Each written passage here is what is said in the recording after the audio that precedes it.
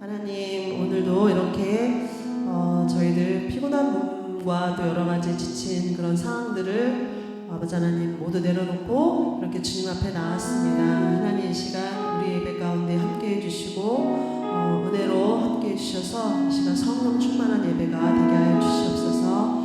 또 주님 앞에 우리가 나아갈 때에 정말 하나님만을 온전히 높여드리며 정말 하나님만을 온전히 찬양할 수 있도록 하나님 인도하여 주시옵소서. 또 이곳에 정말 하나님의 그 큰 뜻과 그 은혜를 부어주셔서 정말 우리가 말씀을 들을 때 하나님의 그 뜻을 깊이 알게 해주시고 정말 은혜를 충만하게 아버지 이 시간 부어주시옵소서. 우리 함께 기도하고 예배 가운데 나아가시겠습니다.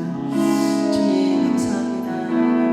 우리를 불러주시고 정말 아버지 하나님 불러주시고 감사합니다. 하나님, 저희들 정말 바쁘고 분주한 생활 가운데 있다가 정말 하나님 앞에 이렇게 예배로 나왔습니다. 하나님, 우리 안에 있는 모든 것 정말 모든 짐 내려놓고 하나님만을 바라보며 예배할 수 있도록 주시옵소서. 정말 아버지 하나님, 정말 은혜가 필요합니다. 아버지 하나님, 이 시간 우리에게 은혜를 부어주시고 아버지 성령 충만한 예배를 주시옵소서. 아버지 하나님, 주님 오신 주 말씀에 함께 해주시옵소서.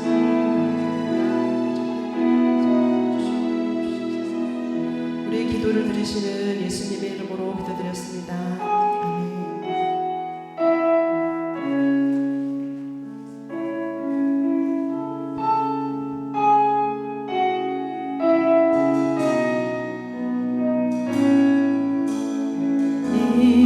이곳에 생명샘 솟아나 눈물 골짝 지나갈 때에 머자라 열매 맺히고 웃음소리 넘쳐나리라. 다시 한번 보겠습니다. 이곳에 생명샘 솟아나 눈물 골짝 지나갈 때에 다 같이 일어나서 찬양할까요? 하나님, 머자라 열매 맺히고 웃음소리 그날에 하늘이 열리고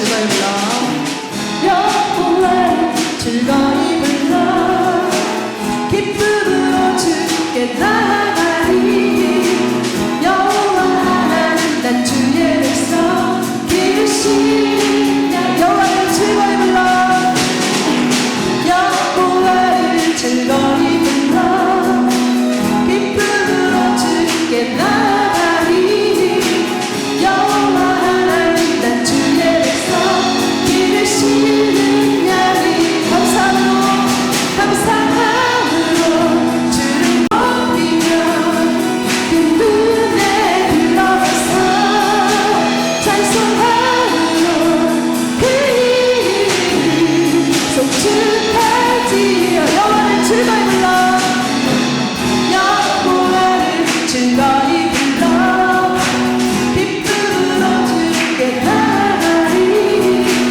여호와 하나님 난 주의 백성 기르시는 양이라 여호와를 즐거이 불러 여호와를 즐거이 불러 기쁨으로 주께 나아가리 여호와 하나님 난 주의 백성 기르시는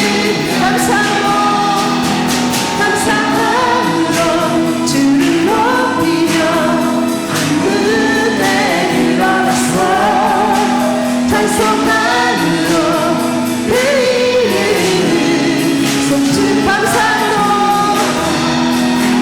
감사함으로 높이며 은혜 들어가서 찬송함으로 그 이름 송축할지 주의 사랑과 인자하심 영원하고 주의 성실하심 대대의 빛으로 네 감사함으로 주를 높이며 은혜 들어가서 찬송함으로 그 이름 송축할지어 감사함으로 주를 높이며 은혜 들어가서 찬송함으로 그 이름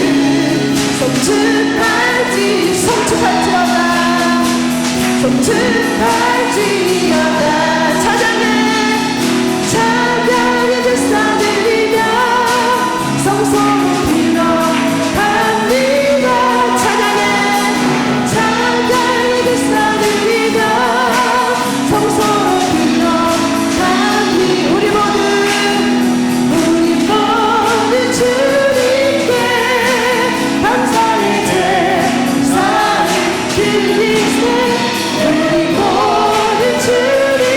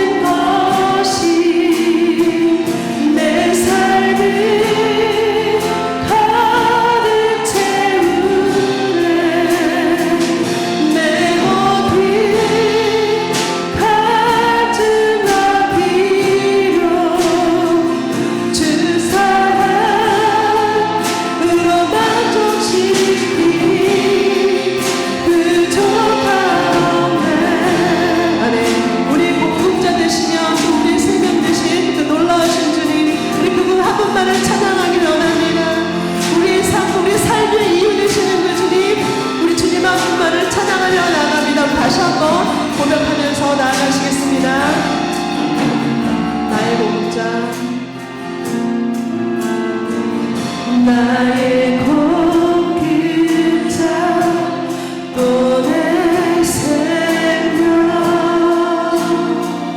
놀라우신 하나님 주가 역사의 삶의 이유 놀라우신 하나님 내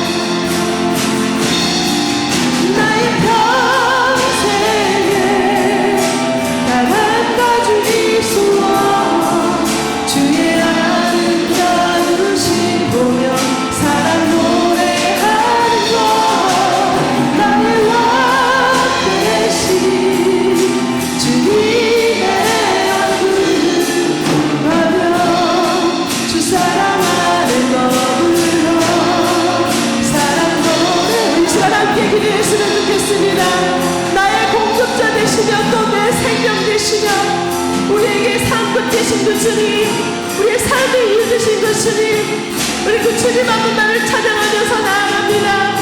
나의 평생의 단 한 가지 소원, 오직 주님의 그 사랑, 그 은혜를 아버지 하나님 노래하며 그 은혜 가운데 나아가겠습니다. 그 삶으로 나를 닮아가는 삶 되게 하여 주시옵소서. 날마다 예배자를 승리하는 삶 되게 하여 주시옵소서.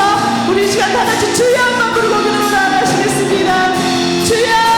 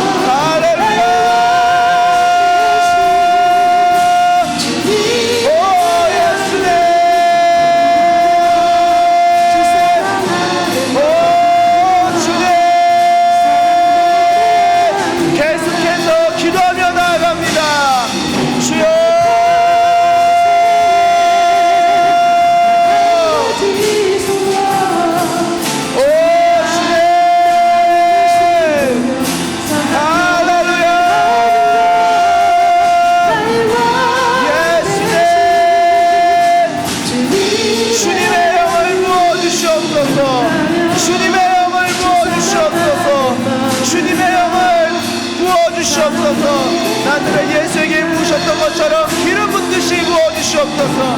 할렐루야. 주님 감사합니다. 주님 경배합니다. 오 주님 사랑합니다. 주의 아름다우신 사랑 노래하는 것 나의 왕 되신 주님의 얼굴 구하며 주 사랑 안에 머물러 다시 한번 나의 평생에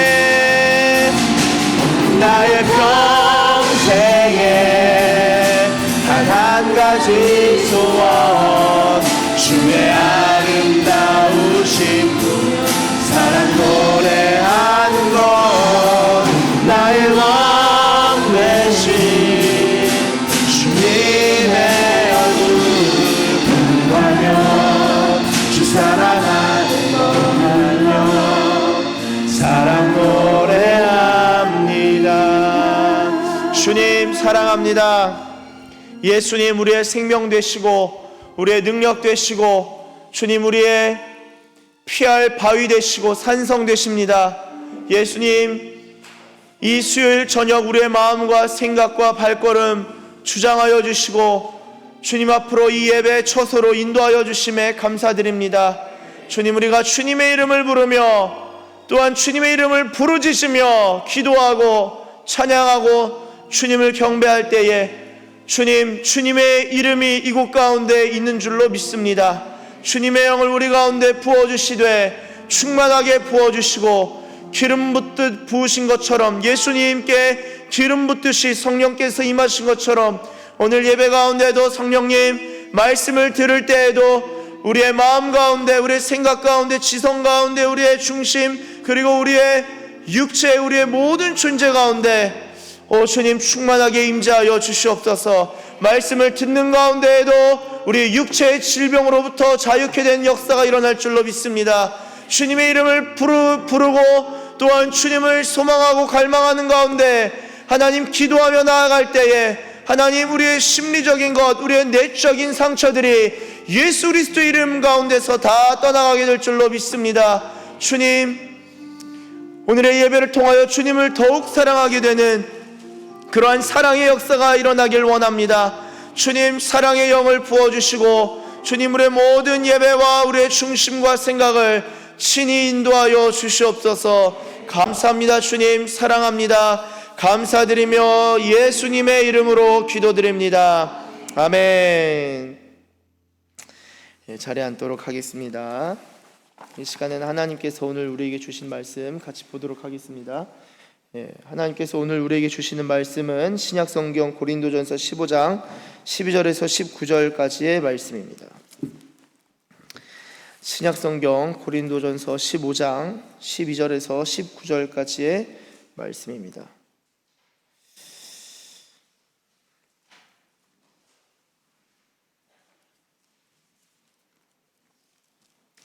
이제 이 말씀을 교독하도록 하겠습니다. 교독하시고 마지막 19절은 다 함께 읽도록 하겠습니다. 제가 먼저 읽겠습니다.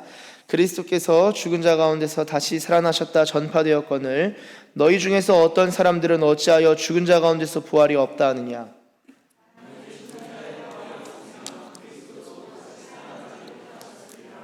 그리스도께서 만일 다시 살아나지 못하셨으면 우리가 전파하는 것도 헛것이요 또 너희 믿음도 헛것이며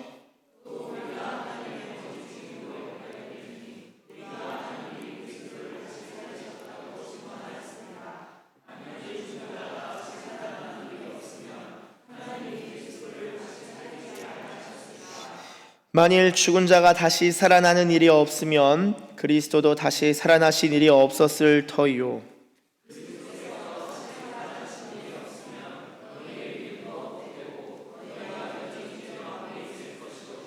또한 그리스도 안에서 잠자는 자도 망하였으리니 만일 그리스도 안에서 우리가 바라는 것이 다만 이 세상의 삶뿐이면 모든 사람 가운데 우리가 더욱 불쌍한 자이리라. 아멘. 이 시간에는 교회 소식 함께 나누도록 하겠습니다. 먼저 오늘 예배에 나오신 모든 분들 예수님의 이름으로 환영하고 축복합니다. 우리 앞뒤로 양옆으로 인사하실 때 환영합니다, 잘 오셨습니다, 축복합니다 인사하도록 하겠습니다. 네, 환영합니다. 네, 교회 소식 몇 가지 좀 나누면요, 오늘 예배 후에 우리 목자님들 먼저 좀 잠깐 본당 뒤편에서 모여주시면 감사하겠습니다. 전달 사항이 있고요. 그 다음에 비전 트립팀, 오키나와 비전 트립팀 예배 후에 본당 앞쪽에서 함께 모여서 연습하고 기도하고 또 안내 말씀 좀 드리도록 하겠습니다. 그리고 그 이외의 광고들은 우리 주보 확인해 주시면 감사하겠습니다. 오늘 함께 나눌 말씀의 제목은 부활 두 번째 시간입니다. 부활 두 번째, 부활은 복음을 보증한다, 부활은 복음을 보증한다입니다. 이러한 제목으로 하나님의 말씀 증거할 때 하나님께서 저와 여러분들 가운데 놀라운 은혜를 주실 줄로 믿습니다. 잠깐 기도하겠습니다. 주님 감사합니다. 주님, 이 시간 부활하신 예수님 우리 가운데 좌정하여 주시고, 부활하신 예수님의 그 생명과 능력이 이미 성령으로 말미암아 우리 가운데 주어졌사오나 그 생명과 능력이 이 시간에 풍성해지길 원합니다. 부활 충만한 은혜를 내려 주시옵소서. 주님, 우리는 이미 새 피조물이요, 우리는 이미 주님의 것이온데 우리가 주님의 것이라는, 우리가 주님의 소유라는 그 생각이, 그 중심이 우리 안에서 확고하게 서 있기를 원합니다. 성령 하나님, 우리의 중심을 새롭게 하여 주시고 흔들리는 터 위에 우리 자신을 세워가는 것이 아니라 흔들리지 않는 나라를 받았으니 굳게 서서 믿음으로 살아가는 자들 다 되게 하여 주십시오. 주님, 말씀으로 임재하시고 말씀의 은혜를 주십시오. 말씀의 역사가 있기를 원합니다. 성령 하나님, 특별히 부활에 대하여 우리가 눈뜨는 시간 되게 하시고 또한 부활에 대하여 새롭게 발견하는 귀한 시간 되게 하여 주시옵소서. 주님, 우리 가운데 주신 약속이 얼마나 값지고 얼마나 귀중한 것인지 하나님의 약속과 언약을 또한 새롭게 발견하는 귀한 시간 되게 하여 주시옵소서. 감사합니다. 주님 사랑합니다. 감사드리며 예수님의 이름으로 기도드립니다. 아멘.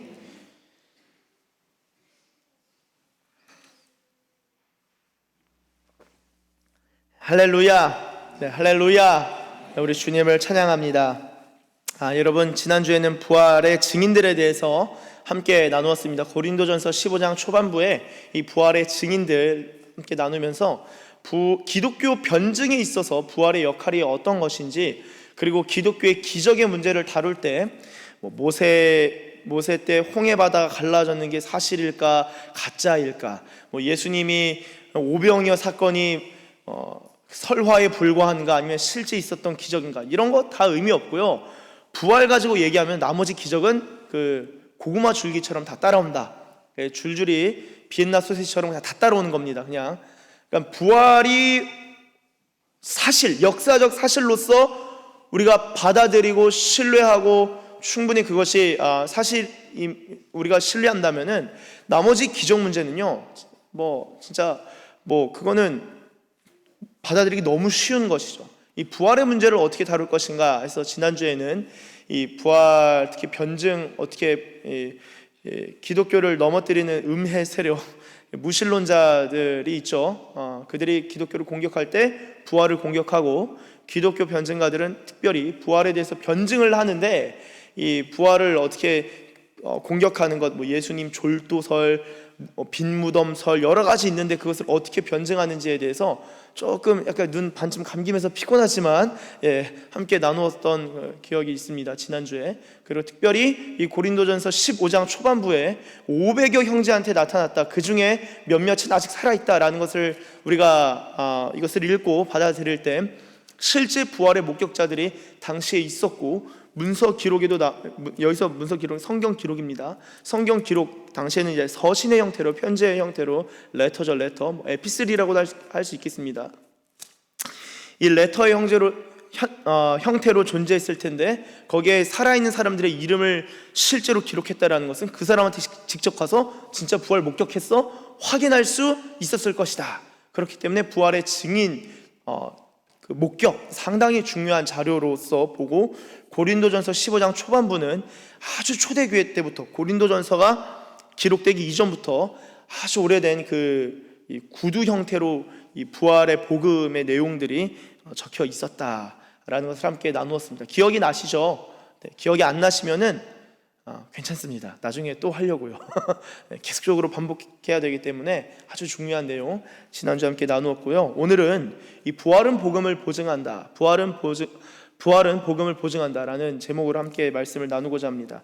여러분, 오늘 성경을 좀 여러 군데 찾아볼 겁니다. 이 화면 안 보고 한 본문의 여러 구절들을 쭉 읽어나가는 부분들이 부분 구석구석이 있기 때문에 성경을 같이 찾아나가 주시면 감사하겠습니다. 고린도전서 1장 23절에 보면 이런 구절이 있습니다. 우리는 십자가에 못 박힌 그리스도를 전하니 유대인에게는 거리끼는 것이요 이방인에게는 미련한 것이로되. 너무나 유명한 구절이죠. 여러분, 이 고린도전서 초반에 이 바울과 함께했던 성경을 같이 또 아름답습니다. 또 훌륭합니다. 우리 김익재 선수 기가 막혀요. 말씀 가지고 딱 말씀을 함께 보는, 남의 유익을 서로 사랑, 이미 다 이루어졌네요. 뒤에서 또 성경을 배달하는 김은성 형제 선수 뭐죠?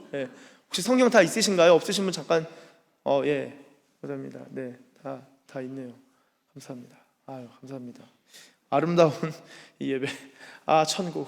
네.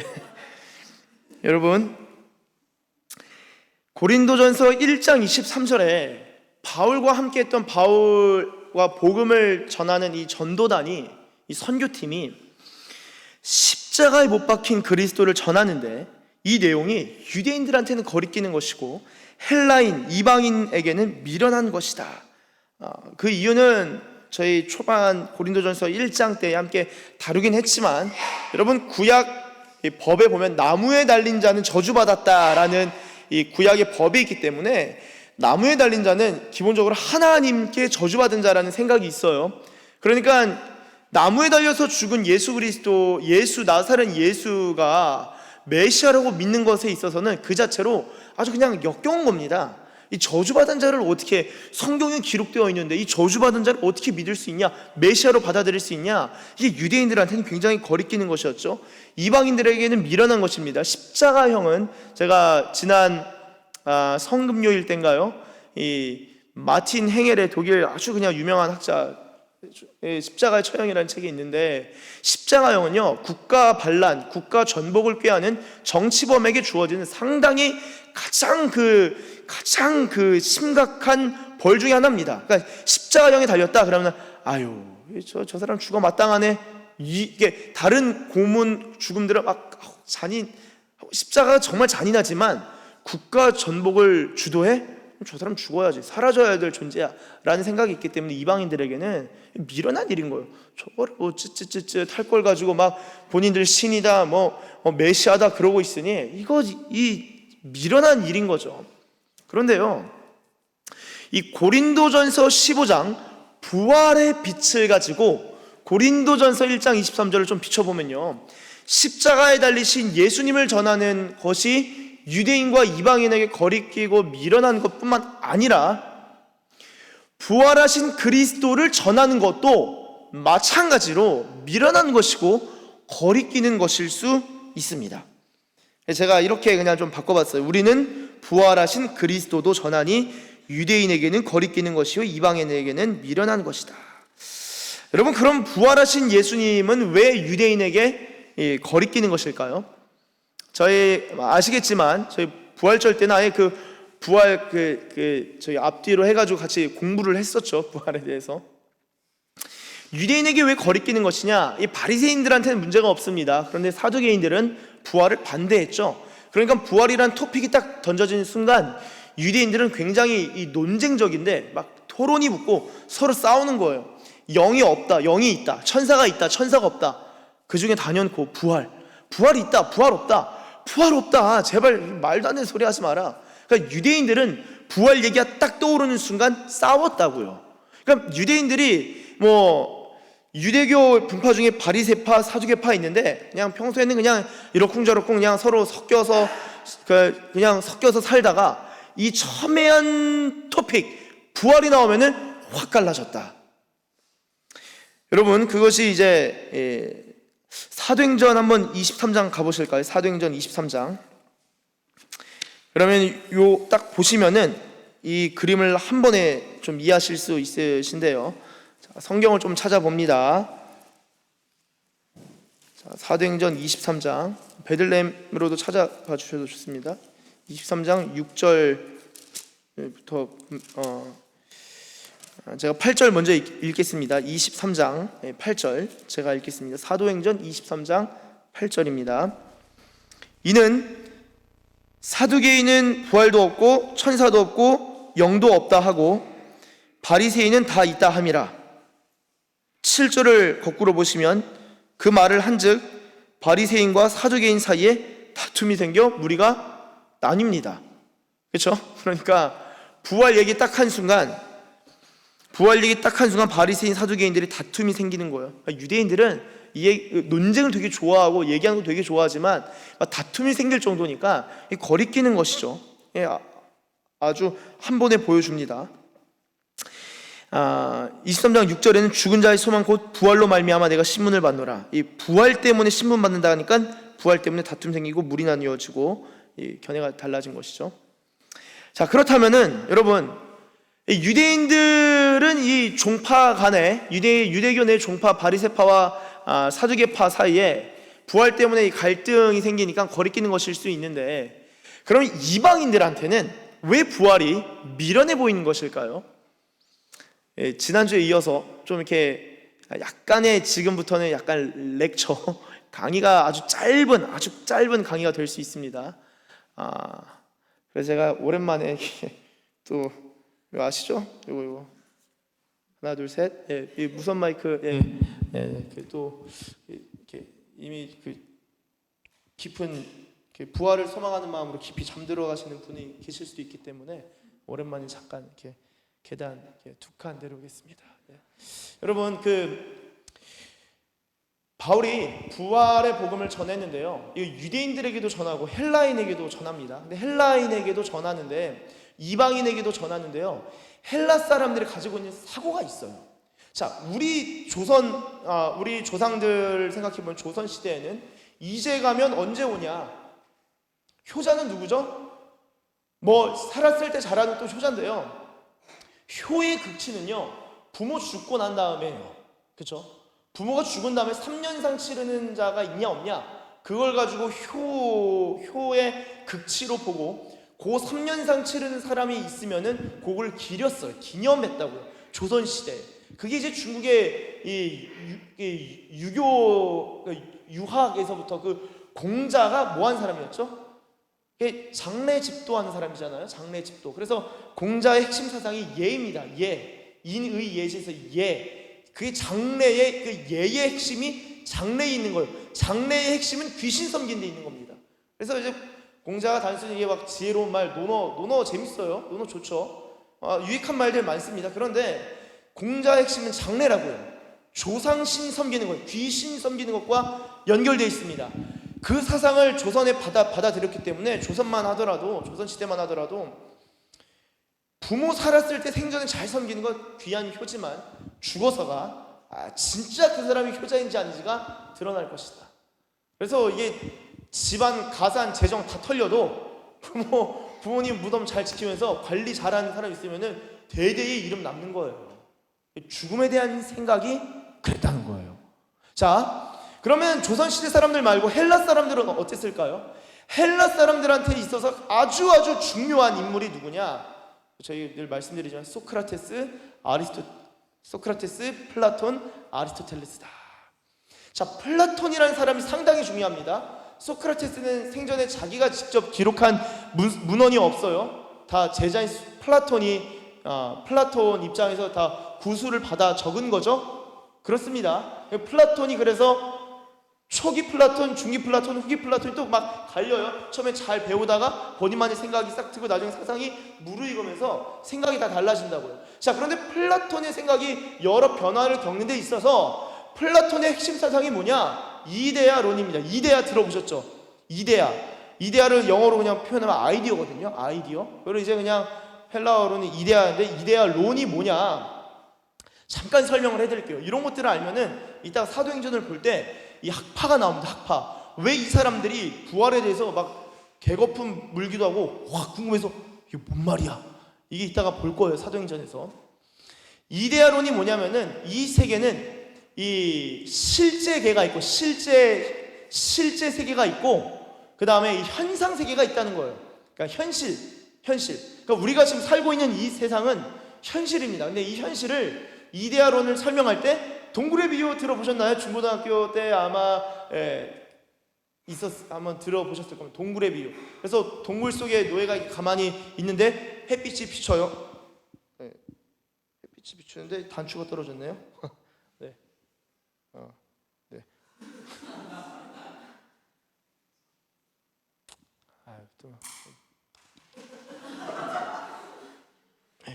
나중에 부활해야 됩니다.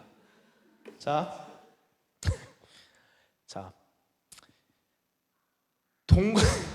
동굴의 비유에서 동굴이 이렇게 가만히 있는데 빛이 이렇게 들어와요. 그러면은 빛에 등지고 서 있으면은 이 사람은 빛을 못 봐요. 그럼 뭘 보냐? 빛에 비춘 그림자만 보는 겁니다. 그게 인간의 현실이라는 거예요. 인간은 그림자만 보고 있는 거예요. 그럼 누가 현자냐? 이 실제계를, 빛 자체를 바라보고 빛으로 말미암아 다른 실제 사물을 봐야지.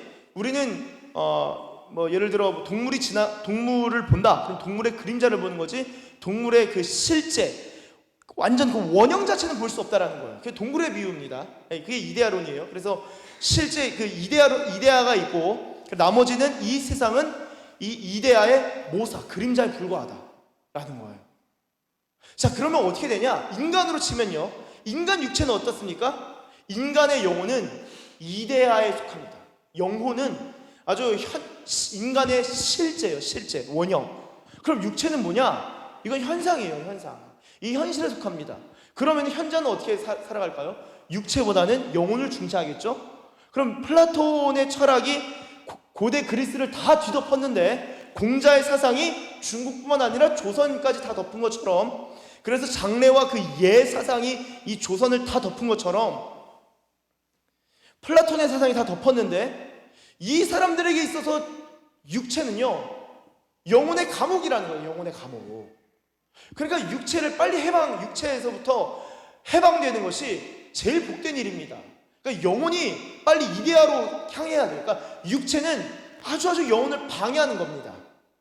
육체에 대해서 긍정적이지 않아요. 자, 그 플라톤 사상이 있는 사람들한테 바울이 가서 복음을 전해요. 근데 복음의 내용의 부활은요 핵심 꽃입니다. 꽃.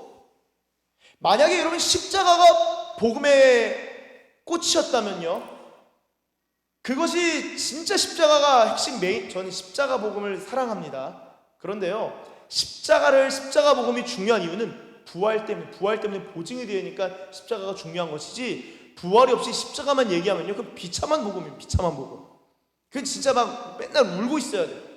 근데 저희가 만약에 진짜 십자가가 핵심이라면은 저희는 성금요일, 매주 금요일날 모여서 예배드려야죠. 근데 우리는 예수님의 부활을 기념하기 시작하면서 초기 그리스도인들은 안식일이 아니라 유대인임에도 불구하고 안식일에 모이지 않고 예수님의 부활을 기념하면서 주일날 모이기 시작한 거예요. 그게 주님의 날, Lord's Day, 주님의 날인 겁니다. 부활하신 날을 기념한 거예요. 이해가 되시죠? 그렇기 때문에 부활은 그리스도인들에게서 가장 중요했고, 부활을 얘기하려면 죽음을 얘기해야 되는데 필연적으로 부활을 얘기하면서 죽음을 얘기하는데, 이 죽음이 그냥 막 청년이 막 그냥 기계가 넘쳐서 막 깝치다가 죽었다 이런 얘기가 아니라고요. 인간의 죄의 문제에 있어서 속죄, 저주받은 인간을 위해서 그 자신이 저주를 받으시고 죄가 없으신 분이 죄를 짊어지시고 죽었다. 그래서 부활하기 전에 예수님이 죽음에 대해서 이야기할 때 그분이 죄와 저주와 모든 사망을 끌어안고 죽으셨다가 상당히 중요한 겁니다.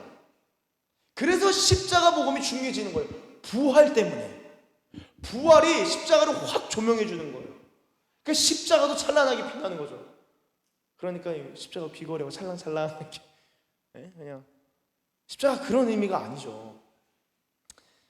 여러분, 이 부활이 상당히 중요한 거예요. 그런데 이 복음을 바울이 그리스 사람들한테 전했을 때, 기본적으로 플라톤 사상이 있었던 사람들한테서는 이거 미련한 얘기하고 있는 거예요. 육체가 중요하지 않은데 사람이 육체를 다시 입는다, 육체로 부활한다? 너무너무 웃긴 일입니다. 육체가 필요 없고 육체로부터 해방되어야 되는데 사람이 죽었어요. 그럼 영혼은, 플라톤 사상이 있어서 영혼 불멸설, 영혼은 죽지 않는다, 육체는 썩어져도. 그래서 영혼은 이 육체에서 해방돼서 빠져나가서 영혼은 영원히 살아갈 거야 라고 고대 사람들은 그렇게 생각한 거예요.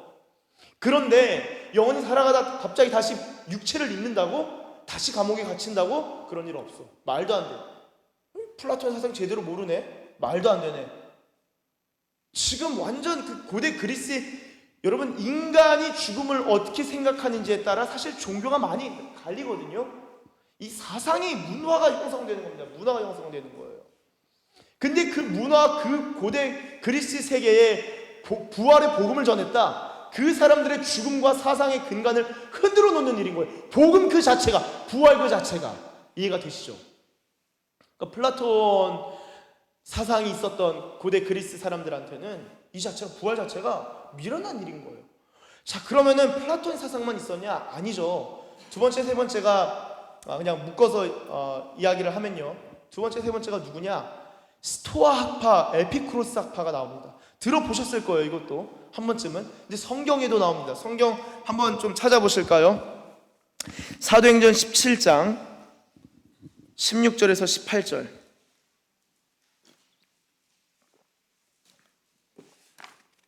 사도행전 17장 16에서 18절. 네. 자, 제가 다 찾으셨죠? 제가 읽겠습니다. 사도행전 17장 16에서 18절. 바울이 아덴에서 그들을 기다리다가, 아덴은 어디죠? 아테네입니다. 아테네. 소크라테스가 아테네에서 고발당해서 죽잖아요. 너는 무신론자다.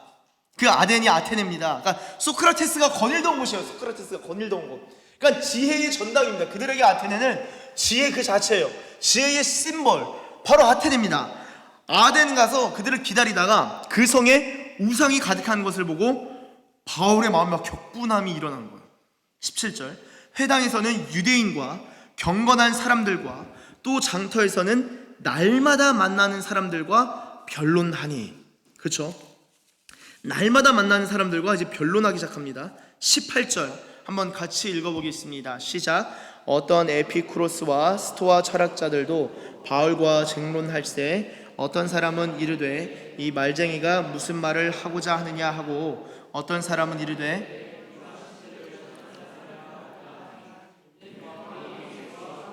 전하기 때문이로라. 아멘. 자, 에피쿠로스와 스토아 철학자들이 있네요. 자, 바울의 지식의 수준은 어떠했냐? 철학자들, 그것도 아테네에 있는 철학자들, 그냥 허접한 철학자들 말고요, 그냥 허접한 사람들 말고요, 철학자들 중에서도 가장 지혜로운 사람들은 더 지혜로운 사람들을 찾아다닙니다. 그게 그 당시의 풍습 문화였어요. 자기가 좀 뛰어나다 그럼 더 뛰어난 사람 찾아다녔다고요. 지난주에 뭐 어거스틴 글도 막 나오고 그랬는데, 더 뛰어난 학자들을 찾아가서 공부하고 유학하는 게 이미 그 당시에 편만했습니다. 그러니까 소위 지혜롭다, 똑똑하다, 말 잘한다 이런 사람들 아테네에 다 몰려 있습니다. 바울이 그 사람들 가서 논쟁이 가능한 거예요. 바울은요, 제가 누차 말씀드리지만 가말리엘 문화에서 공부한 문화생이었다라는 말 자체가 유대인들, 유대교 중에서도 청년들 중에서도 수석. 근데 그 수석들이 모여서 지식의 각축전을 벌입니다. 가말리엘 문화 밑에서. 근데 본인이 뭐라고 하냐면은 내가 열심히 더 있어, 지나치게 믿어 라는 표현이 나옵니다. 그 말은 그 수석들이 다 모여서 1등들만 모인 가말리엘 문화생 중에서도 수석 중에서도 수석한 것이다 라고 마틴 엥겔이 그렇게 평가를 합니다. 그러니까 바울은 지식이 상당한 겁니다. 그런 지식을 가지고 그들에게 얘기하는데 스토아 철학자 그리고 에피쿠로스 철학자들하고 대화합니다. 여러분, 스토아 철학자 중에 유명한 사람이 누가 있죠? 세네카. 세네카가 누굽니까? 저희가 알고 있는 요한계시록에 네로 있죠. 네로, 로마 황제 네로. 불 질러서 와 이 아름다운 로마를 보라 막 그렇게 그 네로 하려다가 말 그 네로 막 그런 네로 아니에요. 죄송합니다. 성령님이 임재하시고 갑자기 검은 여러분, 그 네로의 철학 스승이었습니다. 세네카가. 그러니까 황제를 가르치는 사람이에요. 황제. 당시 전 세계를 다스리는 황제를 가르치는 철학 스승이 누구냐? 세네카. 그 사람이 스토아학파의 아주 중요한 핵심 인물이거든요. 세네카의 글이나 세네카를 인용한 것들을 보면은 아직도 인상 깊어요. 아주 옛날에 읽은 건데, 세네카가 마호가니 책상은 지금도 상당히 비쌉니다. 당시에 마호가니 책상으로 쫙 펼쳐진 곳에 앉아서 아주 비싼 대리석과 마호가니 책상에 앉아서 인생의 무상을 생각하고 있었다. 인생이 더덥다 이런 거, 마호가니 책상 이런 거 더덥다 생각하고 있었다는 거예요. 세네카 철학자입니다. 로마 황제의 오현제 중에 한 명이 누구죠? 마르크스 아우렐리우스. 명상록으로 유명하죠? 그 사람이 스토아 철학자예요. 아주 나름 그 당시에 지혜롭게 여겼는데요, 그 스토아 철학자들하고 쟁론을 벌인 겁니다. 뭘로요? 복음으로. 여러분, 쟁론이 가능하세요? 복음을 누군가한테 설명할 수 있으세요?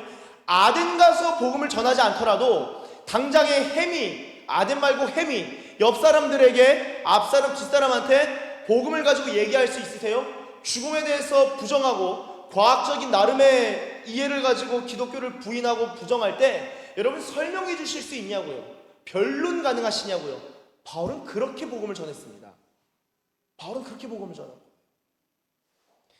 스토아 철학자들은요, 아파테이아라는 생각이 있었어요. 그러니까 이제 무정념이라는 생각입니다. 무정념. 이 스토아 철학자들이 무정념, 그래서 이들이 생각하는 가장 중요한 원칙이 뭐냐면은 우주의 법칙이 아주 중요하다. 그래서 그것을 깨달은 자가 그거에 맞게 살아가야 된다. 그리고 그거에 맞게 살아갈 때 우리 내면에는 아파테이아가 있다.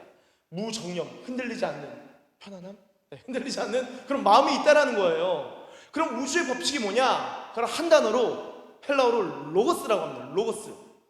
요한복음 1장 1절에서 뭐라고 하죠? 태초에 말씀이 계시니라. 태초에 그 말씀이 헬라어로 로고스죠.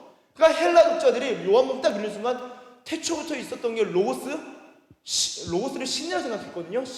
로고스? 근데 그게 예수님이었다고? 그러면 헬라 사람들은 쭉 읽다가, 스토아 철학 쭉 읽다가 예수님의 말씀을 따라가는 거가 우주의 법칙을 따르는 건가? 여러분, 이런 생각들이 있었습니다. 로고스를 따르는 게 상당히 중요했어요. 이 스토아 철학자들은 인생이 더덥고, 특별히 제가 아파테이아가 무정념이라 그랬는데, 그럼 정념, 사람의 마음을 분산시키고 불안하게 하는 게 뭐냐? 육체입니다. 육체의 감각들, 우리가 듣고 먹고 씹고 뜯고 맛보고 즐기고 하는 그런 것들이, 그런 감각들로 말미암아 감정의 동요가 생기고 정념이 일어난다라는 거예요. 근데 스토아 철학자들은 그런 것들을 제하고 그 육체 감각들을 제하는 게 중요하니까 금욕주의로 빠지게 됩니다. 자, 그 사람들한테 육체가 중요할까요? 아니면 방해거리일까요? 방해거리죠. 그렇기 때문에 스토아 철학자들 입장에서는 바울이 부활의 복음을 딱 전하면서 육체를 다시 입게 될 것이다 라고 선포했을 때, 내가 얼마나 지혜롭게 살면서 이 로고스를 따르고 아파테이아를 이루었는데, 아니 육체를 다시 정력을 일으키는 육체를 입는다고? 말도 안 되네. 무시했을 거예요. 그러니까 스토아 철학자들도 바울의 말을 무시했을 겁니다. 그럼 에피쿠로스 학파는 무엇입니까? 에피쿠로스 학파를 에피쿠로스 학파는 이제 유물론자들입니다. 유물론자들. 이 우주의 원소들, 물질들로 다 이루어져 있고, 그러한 우주의 법칙들이 있는데, 마찬가지로 그런 법칙을 이해하는 것은 스토아나 에피쿠로스도 동일하게 중요하게 여겼어요. 근데 에피쿠로스 하면은, 저도 옛날에 배웠을 때는 쾌락주의 그렇게 딱 배웠는데, 이들이 말하는 쾌락주의는 아타락시아, 헬라어 아타락시아가 뭐냐면요, 마찬가지로 이것도 부동심, 무정념 비슷한 단어긴 하지만, 쾌락을 추구하기보다는 불쾌를 줄여나가는 것에 가깝습니다. 그러니까 쾌락을 줬기보다는 불쾌한 것들, 그러니까 에피쿠로스 입장에서 그 기쁨을 방해하는 것들을 제거해 나가는 거예요. 마찬가지로 금욕주의로 빠지게 됩니다. 이들은요, 사람이 죽으면 죽음이 끝이라고 여겼어요. 우리는 물질로 돌아간다고 여겼습니다. 영혼이라고 믿지 않았어요. 그 죽음이 끝인데, 죽으면 끝나야지 왜 다시 물질인 부활이 다시 육체가 생기냐. 그래서 이 인생 살아가는 것은 이 도덕 법칙에 따라서 살아가고, 진정한 쾌락은 이런 감각으로부터 오는 쾌락이 아니라 이 우리의 생각들을 방해하는 것들을 줄여나가면서 진정한 쾌락을 발견할 수 있는 거라 생각하는데, 갑자기 바울이라는 사람이 나타나서 복음을 전하는데 부활한 몸이 다시 산다고? 그거는 물질이 이미 해치가 됐는데 어떻게 다시 살아가냐? 말도 안 되네. 에피쿠로스 학파는 아마 그렇게 생각했을 겁니다. 자, 그럼 마지막으로 또 어떤 입장이 있었을까요? 아마도 당시의 영지주의 사상, 그노시즘, 제자훈련 때 제가 그노시즘 아예 설명을 쭉 했는데, 이단에 대해서 영지주의는요, 신과 합일을 생각해요. 신과 합일. 그래서 이 영이 영적인 세계의 존재들과 하나를 이루고, 죽으면 영혼이 이제 육체를 빠져나간다고 생각합니다.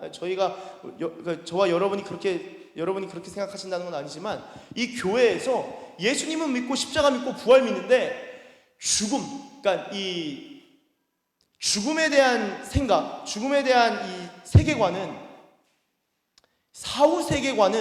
사후관은 영지주의적으로 생각하시는 분들이 제가 볼 때 교회 한 70%가 됩니다. 넘어요. 죽으면 영혼이 이렇게 뭔가 바흐의 메시아 내지는 이렇게 오르간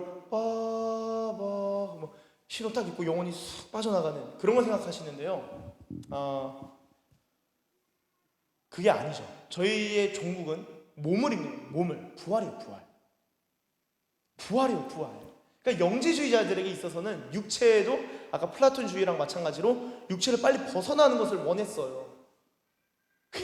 왜냐하면 육체 자체를 악하게 생각했습니다. 악하게. 이거는 하나님이 잘못 창조하신 거라 생각했다고요. 창조주를 열등한 신으로 이해했습니다. 영지주의자들이. 여러분, 아마도 이런 생각 때문에 바울이 이 사도행전에서 사도행전 아까 17장을 보았는데요. 17장 18절 다시 한번 보시면, 어떤 사람은 이르되 이 말쟁이가 무슨 말을 하고자 하느냐 하고, 어떤 사람은 이르되 이방 신들을 전하는 사람인가 보다 하니, 이는 바울이 예수와 부활을 전하기 때문이로라. 자, 아나스타시스, 부활이요, 이것을 두 가지로 해석할 수 있습니다. 첫째는 예수와 예수의 부활을 전하고 있다라고 이해할 수 있고요, 다른 하나는 이 사람들, 헬라 사람들이 막 그냥 충격을 먹은 거예요. 왜냐? 부활이라는 걸 처음 들어보는 거예요. 그래서 예수라는 신하고 부활이라는 신을, 두 신을 전한다라고 생각한 사람도 있었어요. 학자들이 두 가지로 해석을 합니다. 재밌죠? 저만 재밌어요? 네, 집중해 주셔서 감사합니다. 네, 좀 이제 렉처 이제 끝나가요. 렉처는 예수라는 신과 부활이 헬라어로 아나스타시스입니다. 아나스타시스라는 부활이라는 신을 전하는 줄 알았다고요. 너무 충격적이고 처음 들어보는 거라서 말도 안 돼서, 헬라 세계관에서는 말이 안 돼가지고. 여러분, 그런데요, 자, 지금 성경 보고 계시죠? 18절을 그렇게 적고 있는데 그 다음에 19절을 보시면 어떻게 하냐? 저기 베들레헴 성경 띄워주셔도 좋을 것 같습니다. 계속. 자, 19절. 그를 붙들어 어디로 가죠? 아레오바고로 가며 말하기를 네가 말한 이 새로운 가르침이 무엇인지 우리가 알 수 있겠느냐. 왜 아레오바고로 데려갔을까요? 여러분, 아레오바고의 뜻이 무엇입니까? 아레스 신 아시죠? 화성, 마르스가 이제 아레스 신, 아레스. 그러니까 아레스의 언덕이라는 뜻. 아레스의 언덕. 그러니까 그리스 신 중에 하나가 이제 아레스인데, 이 아레스의 언덕으로 데려간 거예요, 바울을. 왜 데려갔냐? 아레스 언덕이 뭐 하는 곳이냐면은, 원래 초기에는 법원의 역할을 했었습니다. 진실 여부를 가리는 곳이었어요. 근데 로마 시대로 흘러가면서, 로마 시대, 그리스 시대는 이제 이해되시죠? 계속적으로 제가 말씀을 드렸으니까 모르셔도 돼요. 모르실 수도 있어요. 그럼 또 들으시면 됩니다. 늘. 그리스 시대, 로마 시대로 이제 된 거예요. 로마 시대 때는 아레오바고에서 뭐 했냐? 여기서는요, 새로운 사상이 있으면은 사상을 검증하는 시간을 갖췄습니다. 그러니까 지금 바울을 아레오바고로 데려간 것은 네가 가지고 있는 사상이 진짜인지 아닌지 여기서 검증을 한번 해보겠다. 그 사상을 시험하고 감독해보겠다라는 뜻이 있는 거죠. 아무리 아테네라고 하더라도 이런저런 종류의 그 사상들을 다 받아들일 수는 없었기 때문에 이건 못 받아들일 사상이다 싶으면 아레오바고에서 컷했을 거예요. 이 아레오바고 19절 갑니다. 자, 그리고 20절. 네가 어떤 이상한 것을 우리 귀에 들려주니 그 무슨 뜻인지 알고자 하노라 하니 21절. 모든 아덴 사람과 거기서 나그네 된 외국인들이 가장 새로운 것을 말하고 듣는 것 이외에는 달리 시간을 쓰지 아님이더라. 대부분 백수였나 봐요. 복지 혜택이 빵빵한, 아테네는 실제로 복지 혜택이 있었죠. 이런 사람들을 굉장히 우대했습니다. 그리고 대부분 그리스 이 로마 시대이기 때문에 이미 노예들로 다 이미 먹고 다 살거든요. 거기서 나오는 세금, 세제 혜택을 많이 받는 거예요. 자, 22절. 바울이 아레오바고 가운데 서서 말하되 아덴 사람들아, 너희를 보니 범사에 종교심이 많도다. 내가 두루다니며 너희가 위하는 것들을 보다가 알지 못하는 신에게라고 새긴 단도 보았으니 그런즉 너희가 알지 못하고 위하는 그것을 내가 너희에게 알게 하리라. 내가 알려줄게. 진짜 신이 뭔지 내가 이제 설명할게. 준비됐니? 레디 고! 하는 거예요. 그러면서 첫 번째 나온 게 뭐냐? 24절에 우주와 그 가운데 있는 만물을 지으신 하나님. 헬라 사람들, 아테네 사람들은 이것이 저절로 생겼다, 내지는 어떤 신들, 여러 아주 무수한 신들이 하나씩 만든 거라 생각했는데 이 모든 것을 유일하신 하나님이 다 창조했다라는 거예요. 거기서부터 헬라 사람들의 세계관과 신관이 와장창 무너지기 시작합니다. 그러면서 다 쭉 이야기하는데요. 여러분이 이 부분을 이 바울의 변증 설교를 보면요, 변증 설교를 분석한 책도 많고 한데, 바울은요 유대인들에게는 유대 문화에 맞게 설교했고요, 헬라인들에게는 헬라 문화와 사상에 맞게 설교를 합니다. 그 말은 양쪽 다 이해하고 있다는 거예요. 그리고 문화를 이해하고 있다는 것은 그는 로마 시민권자이기 때문에 아마 그 헬라 사람들이 이해할 수 있는 언어로 설교를 했겠죠. 당연히 그들이 이해할 수 있는 언어로 외국어로 아마 설교를 했을 거다라고 볼 수 있겠습니다. 내지는 옆에 통역관이 있던지요. 아무쪼록 이 설교 내용을 쫙 보면요, 십자가 부활의 내용이 아니라 기본적으로 유실론과 유일신론에 대한 설교입니다. 이 중요해요. 지금 이 시대도 비슷합니다. 제가 지난 주일에도 신우 한 명을 전도했어요. 일단 50% 이상은 자기가 받아들여진다라고 처음 교회 왔는데 저한테 핸드폰으로 연락 와서 군종 목사님이시냐고, 자기 원불교부터 해서 다 갔는데 인생의 목적을 못 찾았다. 그래서 야, 대박이다. 나랑 맞는 애가 왔구나. 인생의 목적을 찾게 해주겠다. 그러니까 궁금하다고 해서 예배 와서 대화하는데 가장 합리적인 것 같습니다 하고 돌아갔어요. 다음 주에 예배에도 같이 오고 책도 같이 읽고 다시 한번 얘기하기로 했는데, 기본적으로 이 시대는요, 유대인들은요 여호와 하나님 신앙이 있었어요. 그러니까 예수님만 전하면 됩니다. 근데 이 시대는요, 하나님이건 예수님과 상관없이 무신론의 시대예요. 그럼 여러분 누군가한테 얘기해 주실 때 유신론 넘어서 다신교가 아니라 유일신에 대해서 이야기할 수 있으셔야 돼요. 바울은 그렇게 설교를 한 겁니다. 바울은 그렇게 설교를 한 거예요. 그렇게 설교를 해서 쭉 이야기를 한 다음에 설교가 끝나고 나서 32절, 17장 32절 보시면요, 성경 보시길 바랍니다. 32절, 그들이 죽은 자의 부활을 듣고, 아니 지금 우주 창조부터 해가지고 이것저것 섭리, 스토아 철학자들은 섭리, 프로비던스 굉장히 중요하게 생각했습니다. 신의 섭리에 따르는 삶, 우주의 법칙에 순응하는 삶, 이게 최고의 삶인데, 최고의 현자가 최고의 행복자인데, 그 섭리가 하나님이 지으시고 이 인생을 경영하시는 방법대로 살아가는 거라고 바울이 완전 뒤바꿔서 이야기합니다. 그런 내용들이 쭉 갈 때 그땐 가만히 있다가 32절 다시 죽은 자의 부활을 듣고, 그러니까 부활이 문제가 된 거예요. 부활이 지금 딱 걸린 겁니다. 부활이 걸린 거예요. 부활을 듣고 어떤 사람은 조롱한 거예요.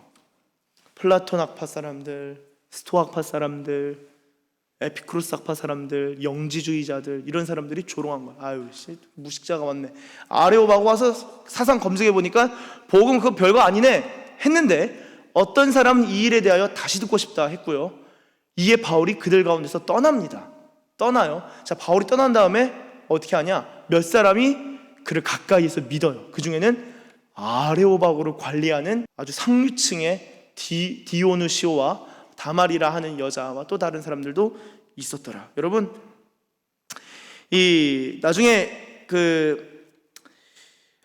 이 디오누시오가요, 아레오바고의 관리라는 것은 상당히 상류층인데요, 아테네에서도 아레오바고의 관리인이다. 이 사람의 영향력이 상당했겠죠.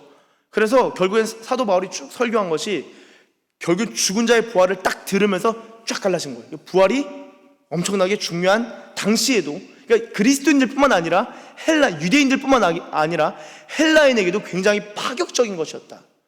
이 사도행전에서 찾아볼 수 있습니다. 자, 그러면요, 오늘 본문으로 좀 돌아오셔서요. 자, 고린도전서 오늘 본문을 보시면은 12절에 이렇게 적고 있습니다. 그리스도께서 죽은 자 가운데서 다시 살아나셨다 전파되었거늘, 이 말은 이미 고린도 교회 너희들한테 부활의 복음이 증거가 됐는데, 전파되었는데, 너희 중에서라는 것은 고린도 교회 성도들이죠. 어떤 성도들이 있었냐? 어떤 사람들은 어찌하여 죽은 자 가운데서 부활이 없다 하느냐? 부활을 부정한 거예요. 자, 그럼 누구의 영향을 받았을까요? 플라톤의 영향, 스토아, 에피쿠로스, 영지주의, 누구의 영향일까요? 아마 4번일 겁니다. 영지주의의 영향입니다. 왜 영지주의의 영향으로 볼 수 있을까요? 자, 고린도 교회의 특징이 무엇이죠? 강력한 은사, 방언, 예언, 환상, 그리고 아주 감정의 고향이 있는 예배, 이런 것들이 있으니까 고린도 교회, 저희 고린도전서 앞부분 보면서 이들이 스스로 영적이라 생각했죠. 스스로 영적이라 생각하고 스스로 아주 대단하다 생각했습니다. 산을 옮길 만한 믿음부터 해가지고 뭐 장난 아니었다고, 영적으로 잘 나간 사람들이었어요. 근데 그런 생각 때문에 이미 우리는 부활했다라고 생각한 거예요.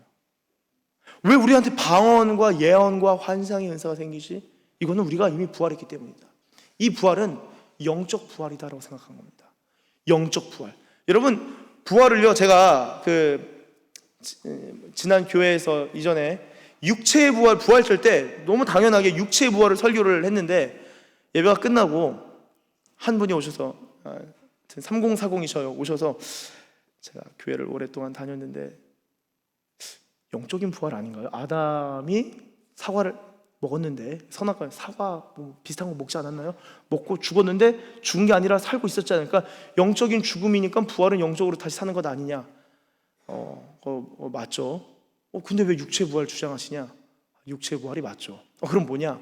자, 여러분, 아마 이렇게 생각하는 분들이 여기에 한 3.2명 정도 있는 것 같습니다. 3.2명. 자, 아주 중요합니다. 이제 복음이 어떻게, 왜 영적 부활과 육체의 부활이 연결되는지 이 논리 구조를 이해하셔야 돼요. 복음에 있어서. 자, 여러분, 고린도 교회의 사람들이 부활이 없다라고 할 때 영지주의적인 이 사고 흐름이 사실 이미 이 초기 교회에 많이 들어왔었습니다. 한번 찾아볼까요? 이 디모데후서 2장 16절에서 18절.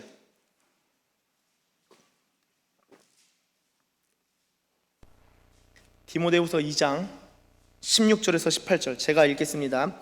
망령되고 헛된 말을 버리라. 그들은 경건하지 아니하며 점점 나아가나니 그들의 말은 악성 종양이 퍼져나감과 같은데 그 중에 후메네오와 빌레도가 있느니라. 자, 그 말이 뭘까요? 악성 종양과 같은 망령되고 헛된 말이 뭘까요? 이게 뭐냐? 18절.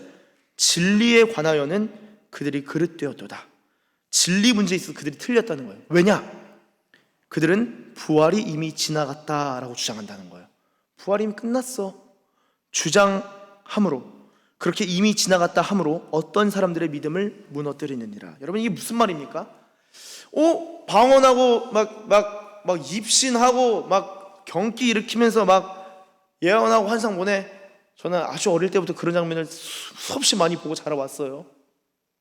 눈 막 뒤집어지고 막 충혈되고 막 기도하다 막 쌍욕하고 막 그런 분들, 야, 이런 분도 있구나. 어릴 때 다양합니다, 귀신 들림의 현상이. 근데 여러분,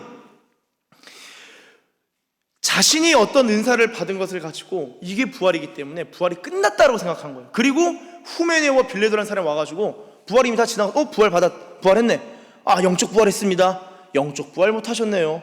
이러고 있는 거예요. 그러니까 교회에서 영적인 세계, 스피리추얼한 이 세계에 있어서는 부활한 사람은 굉장히 대단해 보이고 그런 능력이 없는 사람들은 굉장히 무시하는 그런 사고가 교회 안에 생긴 거예요. 자, 바울이, 이 디모데후서도 바울이 썼죠. 바울 서신이죠. 디모데에게 쓴 겁니다. 그들 틀렸다는 거예요. 근데 고린도 교회도 보니까 그런 흐름, 그런 조짐이 좀 보여요. 죽은 자의 부활, 죽은 자 가운데 부활이 왜 없다 하냐? 그러면서 여러분, 부활에 대해서 이제 쭉 설명을 합니다. 자, 오늘 본문 15장 13절부터 제가 읽겠습니다. 만일 죽은 자의 부활이 없으면 그리스도도 다시 살아나지 못하셨으리라. 그리스도께서 만일 다시 살아나지 못하셨으면 우리가 전파한 것 이거 헛것이라는 거예요. 또 너희 믿음도 헛거라는 거예요. 이거 가짜라는 거예요. 여러분, 부활 안 믿으시면 여러분 믿음 다 가짜입니다. 여러분, 부활에 대한 소망이 없으면요, 여러분 진짜 복음을 소망하지 않는 거예요. 여러분, 부활에 대한 정확한 이해가 없으면요, 여러분 하나님 모르는 것일 수 있습니다. 이게 제일 중요한 거예요. 제일 중요한 거예요, 정말로. 저는 부활 때문에 미치겠거든요. 부활 생각하면은 막 흥분되고 기쁘고, 야, 내가 부활되면 어떻게 살까? 늘 그게 궁금하거든요. 이 부활이 제일 중요한 거예요. 바울이 부활에 미쳐서 살았습니다. 자기 죽고 싶지 않은 거예요. 빌립보서를 보세요. 나 죽고 싶은데 내가 살아가는 이유는 너희 때문이라, 너희의 유익을 위함이라. 내가 죽어도 좋은데 죽지 않는다라는 거예요. 왜냐? 부활하고 싶으니까. 나 빨리 부활에 이루고 싶다라는 거예요. 여러분, 그런 소망이 있으세요? 막 원함이 있으세요? 내가 5년 뒤 10년 뒤 이거 하고 싶다 말고 내가 진짜 주님과 영원히 사는 그 부활에 이루고 싶다, 그 소망이 있으세요? 제가 지난 주일 그 강의 시간에 죽음 이후의 삶이라는 표현, 대부분 우리는 천국을 소망합니다. 근데 성경은 천국을 소망하라는 게 아니라 성경은 부활을 소망하라고 하죠. 물론 천국을 소망합니다. 근데 그 천국이 부활한 모습으로서 그려진 천국이 대부분 아니신 경우들이 있는 거예요. 그래서 톰 라이트라는 신약학자가 죽음 이후의 삶이라는 단어를 사용한 거예요. 대부분 우리 죽으면 천국 간다. 근데 부활 언제 하지? 부활은 필요 없어. 중요하지 않아. 이렇게 생각하는데 성경은 부활에 엄청나게 집중하고 있거든요. 그러니까 죽음 이후에 그게 낙원일 수도 있겠어요. 혹은 자는 중일 수도 있겠어요. 그런데 최종적인 우리가 궁극적으로 소망하는 바는 부활이에요. 부활. 이 부활에 대해서 부인하는 것에 있어서 이거 부인한다면 이거 다 헛거라는 거죠. 15절 심지어 또 우리가 하나님의 거짓 증인으로 발견되리니, 목회자인데 부활 믿지 않는다, 그 거짓 증인이에요. 여러분, 항존 직분이 있으시고 직분자신데, 혹은 교회의 리더신데 내가 봉사는 열심히 할 수 있지만 부활은 좀 어렵다, 거짓 증인이라고 하면 또 상처받을 거짓 증인이실 수도 있을 것 같긴 한데, 요들레이 뭐 하여튼 뭐 됩니다. 거짓 증인이라는 거예요. 부활 안 믿으면 이거 끝입니다, 그냥. 왜냐? 왜 거짓 증인으로 발견되냐? 우리가 하나님이 그리스도를 다시 살렸다고 증언하였기 때문이죠. 만일 죽은 자가 다시 살아난 일이 없으면 하나님이 그리스도를 다시 살릴 필요가 없다, 살리지 아니하셨으리라. 16절, 만일 죽은 자가 다시 살아난 일이 없으면 그리스도도 다시 살아나신 일이 없었을 터이요. 17절, 그리스도께서 다시 살아나신 일이 없으면 너희 믿음도 헛되고, 계속 말하죠. 계속 반복하죠. 너희가 여전히 죄 가운데 있을 것이요.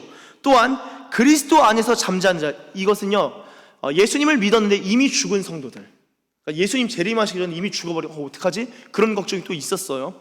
그리스도 안에서 잠자는 자도 망했다는 거예요. 부활이 없으면 망한 겁니다. 그냥 망하였으리니. 그리고 19절 한번 같이 읽도록 하겠습니다. 시작. 만일 그리스도 안에서 우리가 바라는 것이 우리가 더욱 불쌍한 자이리라. 아멘. 저희 이제 불쌍한 목사가 누구냐? 불쌍한 복음 전도자가 누구냐? 이 부활에 대한 기쁨과 소망과 생명이 없는 사람. 여러분, 왜 신유의 은사가 나타날까요? 왜 영적인 은사가 주어질까요? 그렇다면은 그런 것들은요, 부활의 생명을 부분적으로 경험할 뿐입니다. 예수님을 믿으니까 병이 나았어요. 그냥 알아서 뭐 누가 기도해 주지 않아도 예배 드리다가 같이 기도하다가 그런 일들이 충분히 일어날 수가 있죠. 이런 일이 일어났어요. 기적이 일어나요. 왜죠? 부활의 생명과 부활의 능력을 우리가 부분적으로 경험하는 것이다 라는 것입니다. 여러분, 그러면요, 제가 아까 영적 부활과 육체의 부활 어떤 관계인지 말씀을 드렸는데, 고린도 후서 5장 17절을 보시면, 고린도 후서 5장 17절을 보시면 이렇게 적고 있습니다.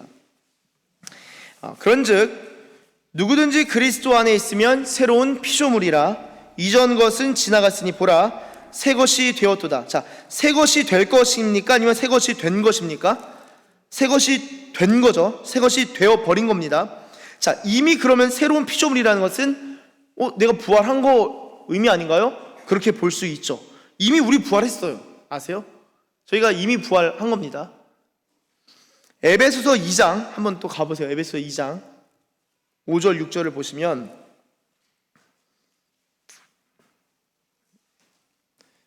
자, 에베소서 2장 5절 6절을 보시면 제가 읽겠습니다. 허물로 죽은 우리를 그리스도와 함께 살리셨고 너희는 은혜로 구원을 받은 것이라. 또 함께 일으키사 그리스도 예수 안에서 함께 하늘에 앉히시니. 자, 5절 보시면 살리실 것이요예요. 살리셨고입니까? 살리셨고죠. 이거 과거 완료형입니다. 이미 살리셨다는 거예요. 이미 부활했네요. 저희 아멘이 되세요? 아멘이시죠? 자, 6절 일으키신 겁니다. 일으키셨죠. 하나님 우리를 일으켜 주셨죠. 그리고 우리가 지금 어디에 앉아 있는 겁니까? 여러분, 햄이 앉아 계신 게 아니라 지금 하늘에 앉아 계세요. 이게 복음의 내용을 여러분 믿음으로 지금 결부가 되세요? 너희가 들은 말씀을 믿음으로 결부시키지 못한 까닭이라. 믿음으로 결부돼야 되는데 이 말씀이 지금 믿음으로 받아들여지세요? 우리가 하늘에 앉은 자들이라고. 이거는 이미 완료가 됐습니다. 이미 우리가 하늘 보좌에 앉은 자들이에요. 이미 다 일어난 거예요. 그러면 질문, 부활이 끝났습니까? 부활이 끝나지 않았습니다.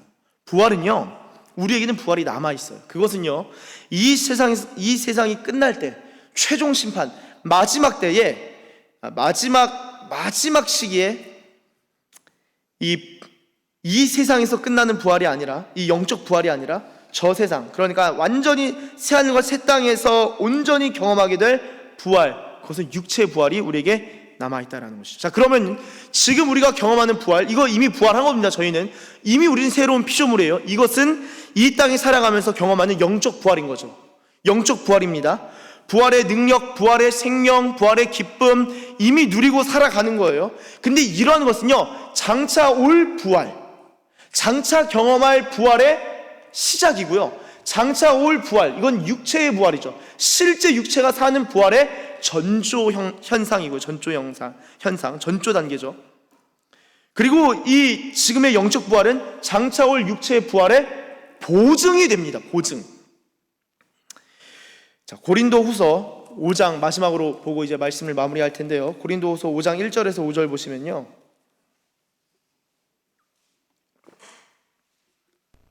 고린도후서 5장 1절에서 5절 제가 읽겠습니다. 여러분 성경 직접 찾아보셔요. 제가 쭉 읽겠습니다. 만일 땅에 있는 우리의 장막집이 무너지면 하나님께서 지으신 집 곧 손으로 지은 것이 아니요 하늘에 있는 영원한 집이 우리에게 있는 줄 아느니라. 이거 그냥 집이라고 생각해요. 참으로 우리가 여기 있어 탄식하며 하늘로부터 오는 우리 처소로 덧입기를, 아니 장막을 어떻게 덧입습니까? 어떻게 옷으로 입어요? 덧입기를 간절히 사모하노라. 이렇게 입음은 우리가 벗은 자들로, 그러면 이 장막을 입지 않으면 벗은 자라는 말이네요. 이 장막이 뭘 의미할까요? 벗은 자들로 발견되지 않으려 함이라. 4절 참으로 이 장막에 있는 우리가 짐진 것 같이 탄식하는 것은 벗고자 함이 아니요 오히려 덧입고자 함이니 죽을 것이 생명이 삼킨 바 되게 하려 함이라. 자, 이 장막은요 육신의 장막이라고 볼 수 있겠습니다. 육체를 의미하는 것이죠. 그러니까 우리가 육체를 벗고 죽어서 육체가 다 끝나고 하늘 날아가는 것이 원하는 것이 아니라 오히려 육체를 덧입기를 우리가 갈망하고 있다는 거예요. 육신을 벗는 게 아니라 이 육체의 몸을 입는 것을 원하는데 덧 입을 것인데요, 하늘에 있는 장막, 하늘에 있는 몸, 하늘에 있는 새 육체를 우리가 입게 될 텐데요, 이거는 죽을 것이 생명이 삼킨 바가 되는 겁니다. 이 육체는 황진호가 지금 살아가는 이 생물학적인 이 육체는요 죽을 육체입니다. 이 썩어질 거예요. 제가 만약 오늘 죽으면요 3일 안에 제 몸에 부패가 3일이 아니라 부패가 시작됩니다. 부패가 시작된다고요. 이 몸이 흙으로 다 돌아간다는 거예요. 그런데 이 죽음의 세력이 우리 몸 가운데 있는데 하늘에 있는 몸으로 덧입힌다는 것은 하늘의 생명이 우리 몸에 있는 이 죽음을 삼켜버린다라는 겁니다. 그럼 우리 몸에 있는 죽음의 영향이 완전히 사라진다는 거예요. 우리 몸은 죽음과 썩어짐으로부터 완전히 자유하게 된 그 몸으로 살아갈 것이다. 자, 마지막 5절을 보시면 고린도후서 5장 5절 같이 한번 읽어보겠습니다. 시작. 곧 이것을 우리에게 이루게 하시고, 아멘. 자, 그렇다면요 성령을 우리에게 주셨다는 거예요. 보증으로 주셨다는 거예요. 사랑하는 여러분, 성령님이 우리 안에 계신 것은 무엇입니까? 그러면은 부활인 거예요. 우리 안에 예수의 영이 온 겁니다. 할렐루야, 할렐루야. 예수의 영이, 예수의 이름이 우리 가운데 이미 임한 것입니다. 그게 부활의 시작이에요. 성령님이 우리 안에 계시기 영적 부활의 시작이라고, 영적 부활이라고요. 그러나 성령님이 우리 안에 계신 것은 이 세상에서 방언 좀 하고 기도 좀 하고 기적 좀 체험하고 예배 좀 드리고 끝나는 게 아니라, 우리가 성령을 받은 것은 이후에, 그게 죽기 전에 예수님 재림하시면 죽기 전에 일어날 일이고, 우리가 죽은 이후에 예수님 재림하시면 죽음 이후에 우리가 육체를 새롭게 입게 될 것이다. 성령님이 그때는 육체를 가져다 주신 어떻게 내가 육체를 입냐? 그 보증으로서 우리가 성령을 받은 것입니다. 성령을 받은 것은, 성령님은 그래도 일종의 보증과도 같은 거예요. 내가 영적 부활을, 지금 내가 이렇게 은혜를 경험하는 것은 이후에 나에게 육체의 부활이 주어지겠구나, 나에게 새 몸, 새 장막이 주어지겠구나, 이 믿음으로 살아가는 겁니다. 사랑하는 여러분, 그래서 부활은요 복음의 보증이 되는 것입니다. 성령님이 부활의 보증이 되신 것처럼 부활은 복음 전체의 보증이 되는 것입니다. 우리가 복음이 기쁜 소식이 될 수 있는 것은 종국에는 부활 때문에 기뻐할 수 있는 것입니다. 따라서 고로 우리가 새로운 육체를, 지금 새로운 피조물인데, 새로운 피조물로서 성령님이 계시고 보증으로 계신 우리가 이제는 이후에는 영원한 몸을 입고 영원토록 성령 충만함, 무제한적인 성령 충만을 경험하게 될 터인데, 그것을 오늘부터 누리는 것이죠. 사랑하는 서산기식교회 가족 여러분, 저희가 하나님 앞에서 하나님과 함께, 그리고 하나님 안에서 우리가 하나님께서 우리에게 허락하신 이 부활의 생명과 능력과 기쁨을 누리며 살아가는 이 부활의 사람들 되시길, 복음의 사람들 되시길 예수님의 이름으로 축복합니다. 우리 가운데 육체의 부활, 영원한 생명이 깃들 줄로 믿습니다. 기도하겠습니다. 하나님 감사합니다. 주님, 우리가 영적 부활만을 생각할 것이 아니라 육체의 부활, 최종적인 부활을 생각하며 부활을 소망하며 기대하며 살아가는 주의 백성들 되게 하여 주시옵소서. 주님, 우리에게 놀라운 약속들 주심에 감사드립니다. 부활을 조롱하고 비웃고 하나님 부활에 대해서 반박하는 사람이 있을지라도 하나님 부활을 반박하다가도 결국엔 반박할 수 없어 부활을 믿음으로 말미암아 그리스도인이 된 철학자들과 과학자들도 이 세상에 참으로 많사온데, 하나님 우리가 교회를 다니고 성도라고 한다면서 부활에 대한 이해도 없고 기쁨도 없고 생명력도 없고 하나님이 부활에 대한 소망함도 없는, 그러면 우리는 모든 사람들 가운데서 더욱 불쌍한 자이리라. 불쌍한 사람밖에 안 될 터인데, 주님, 우리가 불쌍한 자들이 아니라 주님 안에서 행복자들 다 되게 하여 주시옵소서. 부활의 능력과 부활의 생명을 경험하는 부활의 증인들, 부활의 사람들 되게 하여 주시옵소서. 감사합니다. 주님, 감사드리며 예수님의 이름으로 기도드립니다. 아멘. 다 함께 일어나서 우리 예수의 길 함께 찬양하며 나아갑니다. 우리 시선 찬양도 가사가 있나요? 네, 시선 다 있으시죠. 우리 예수의 길 함께 찬양합니다. 안개 속에서, 안개 속에서 주님을 보내 아무도 없을 것 같던 그곳에서 손 내미셔서 나를 붙드네 길 잃고 쓰러져가던 그곳에, 다시 한번 안개 속에서, 안개 속에서 주님을 보내 아무도 없을 것 같던 그곳에서 손 내미셔서 나를 붙드네 길 잃고 쓰러져가던 그곳에서 주 말씀하시네 내 손 잡으라고 내가 곧 길이요 진리 생명이니. 아멘. 나 그 길을 보내 주 예비하신 곳 다른 길로 돌아서지 않으리. 예수의 길, 그 좁은 길 나는 걷네 주 손잡고 그 무엇도 두렵지 않네. 주님 주신 약속 내게 있으니. 아멘. 세상의 길, 그 험한 길 승리하네 성령으로 그 무엇도 바라지 않네. 저 하늘에 내 소망 예수의 길, 예수의 길, 그 좁은 길 나는 걷네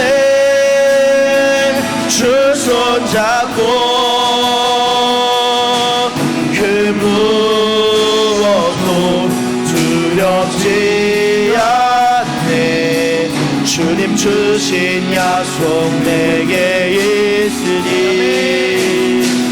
세상의 길, 그 험한 길 승리하네 성령으로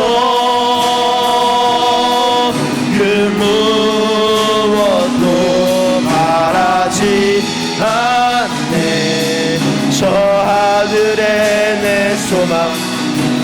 우리 이 시간 들은 말씀 붙들고 함께 기도합니다. 주님, 부활을 살아가는 자 되길 원합니다. 부활의 소망과 생명과 능력으로 살아가는 자 되길 원합니다. 부활이 복음을 보증할 때 하나님 아버지, 우리가 그 복음을 온전히 기뻐할 수 있는 이유가 부활 때문인 줄로 믿습니다. 주님, 이 부활에 대하여 보다 더 이해가 깊어지길 원합니다. 지혜와 계시형을 부어주시고 부활의 능력을 허락하여 주시옵소서. 우리 그런 마음을 가지고 다 함께 주님의 이름 한번 부르시고 기도합니다. 주여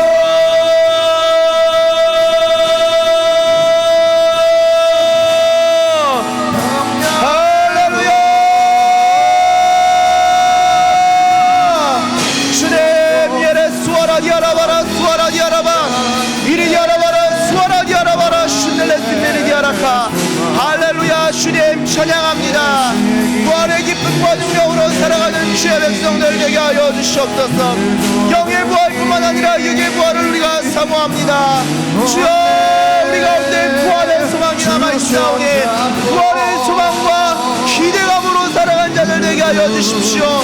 할렐루야. 주님 우리가 주님의 것이오니 우리가 하나님의 소생이오니 주님이 우리 가운데 부활을 허락하시고 부활을 일으키실 줄로 믿습니다.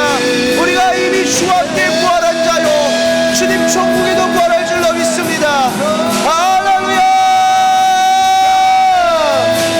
오 주님, 오 예수님,